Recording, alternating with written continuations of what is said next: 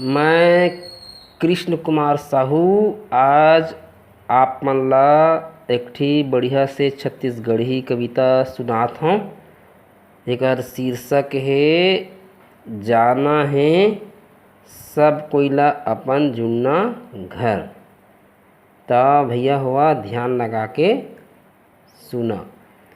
सब कोइला जाना है अपन जुन्ना घर, सब कोइला जाना है अपन जुन्ना घर।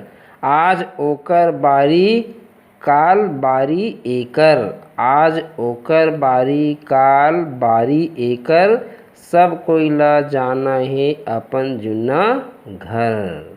सांस रहत ले बूता काम, सांस रहत ले बूता काम। तहाले संगी राम राम, तहाले संगी राम राम। छोड़ दे खेत, छोड़ दे खेत और छोड़ दे घर, छोड़ दे घर। और सब कोइला जाना है अपन जुन्ना घर, सब कोइला जाना है अपन जुन्ना घर। अच्छा कर्म करके जिंदगी बिताए, अच्छा कर्म करके जिंदगी बिताए। अब जस लेके कोई मत जाए, अब जस लेके कोई मत जाए। झन करतें घमंड, काहे के भैया सब कोइला जाना है अपन जुन्ना घर, सब कोइला जाना है अपन जुन्ना घर। और यहाँ हमन तो बाजार मेला करे आए हन भैया।